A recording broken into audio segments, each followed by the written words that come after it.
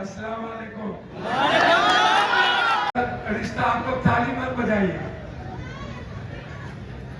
सियासत वाली बात हो गई, अब दिल वाली बात मैं करता हूं। आप सबको पता है कि मेरा और आपका रिश्ता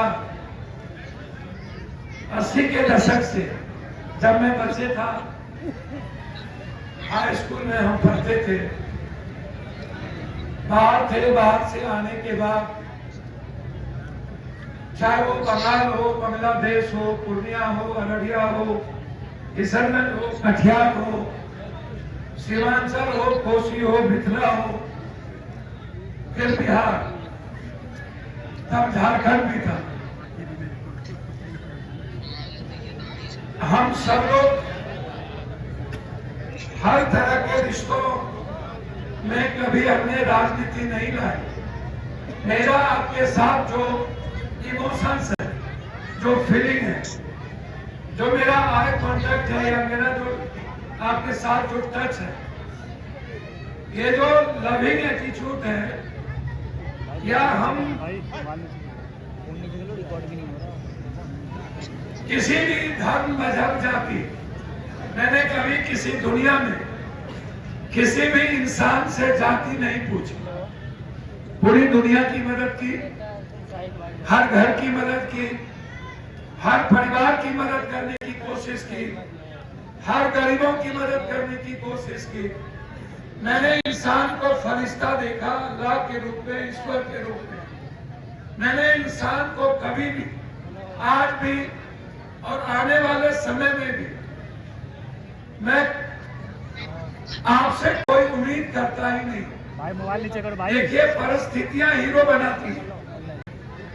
वक्त हजरत साहब के इतिहास को आप याद करिए।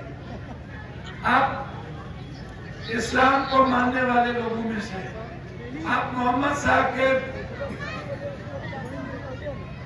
हर तरह के मोहब्बत, उसके विचार, उसके आइन, उसके कर्तव्य, उसका दायित्व, उसका मानवीय मूल्य, उसके जीवन की कृति, उसकी इंसानियत और दुनिया को उन्होंने जो रास्ते दिए, आप बहुत बड़े लेवल पर इनको आप महसूस कीजिए। क्या वो कभी किसी, जब इस्लाम का जन्म हुआ या मोहम्मद साहब आए, तब तो मुसलमान नहीं न था। मुसलमान और इस्लाम तो उसके बाद बना। आप इसको क्यों नहीं सोचते हैं?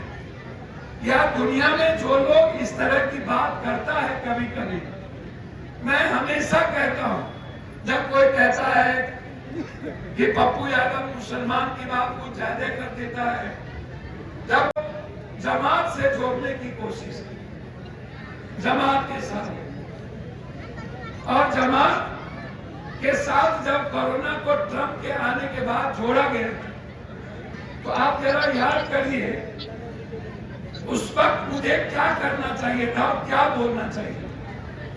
मैंने जब बेबाक तरीके से उस वक्त हमारे जमात के एक खूबसूरत विचार, मैं बार बार कहता हूं कि जमात को जो नहीं समझते, या जमात में काम करने वाले बंदे को जो नहीं जानते, या जमात इस मुल्क के लिए और अपने वतन के लिए क्या करता है, जिसकी खबर यदि नरेंद्र मोदी साहब को नहीं है, तो उनको बात कर लेनी चाहिए अपने शिपा सलार से, कि जमात इस मुल्क में आजादी के बाद पहले से लेकर के आज तक जमात की ताल्लुकात हमारे खून से, हमारे विचारों से, देश के, मुल्क के विचारों से क्या है। अब जमात के नाम पर जिस तरीके से सब्जी दुकान, दूध का दुकान, दवाई का दुकान, लगभग मुल्क में जितने मुसलमान के दुकान थे, उनसे दूर कर दिया गया कोरोना के समय, क्योंकि हम घूमने जाते थे, हम एक एक मारने जाते थे दिल्ली के, हम जमात गए, हमने बातचीत की।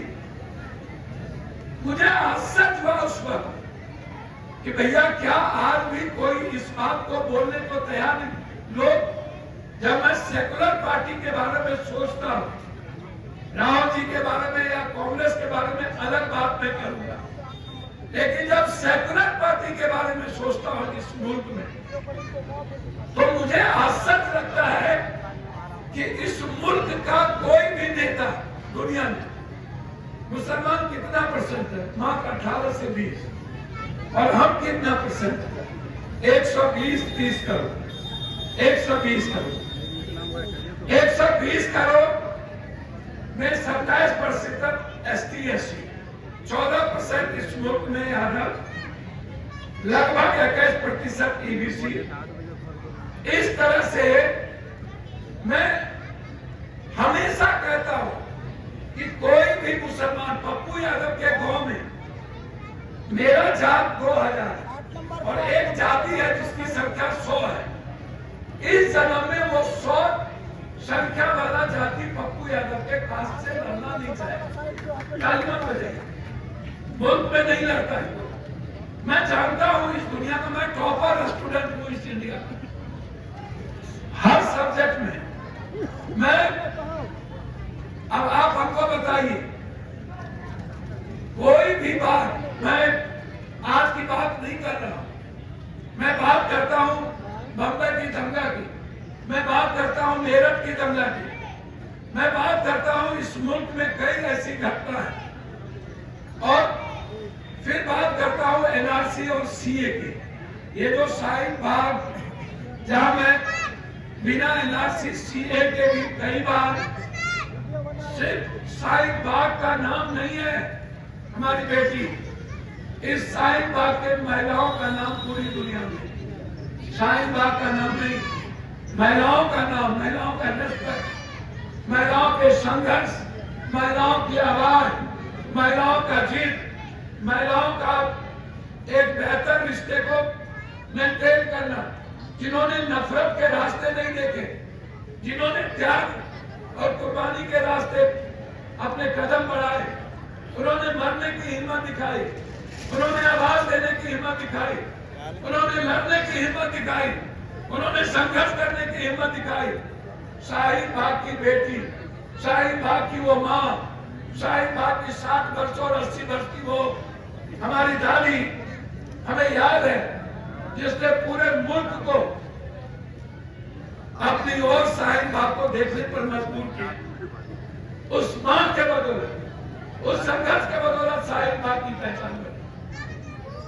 आज जरूरत है इस मुल्क को उसी तरह के, हम आपने बहुत बात कह दी, मुझे कभी कभी आश्चर्य लगता है, मोदी जी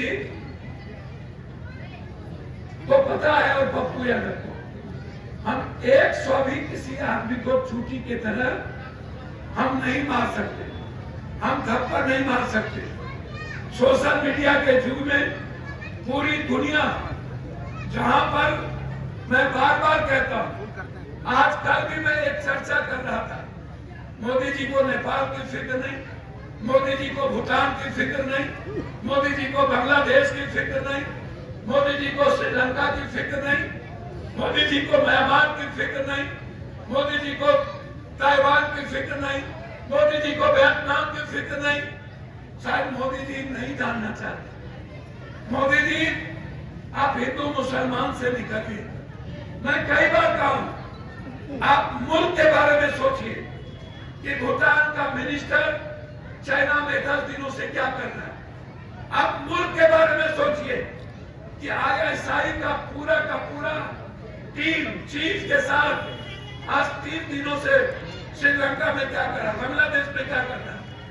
आपको मुल्क की फिक्र नहीं है, मुल्क के 140 करोड़ लोगों की फिक्र नहीं है। आप मोदी जी या किसी भी नेताओं को सिर्फ सत्ता की फिक्र है, सिर्फ सियासत की फिक्र है। हमारा मुल्क कहां जा रहा है, हमारे पास गैस है या नहीं, हम रूस से क्या करते हैं, हम ऊर्जा बना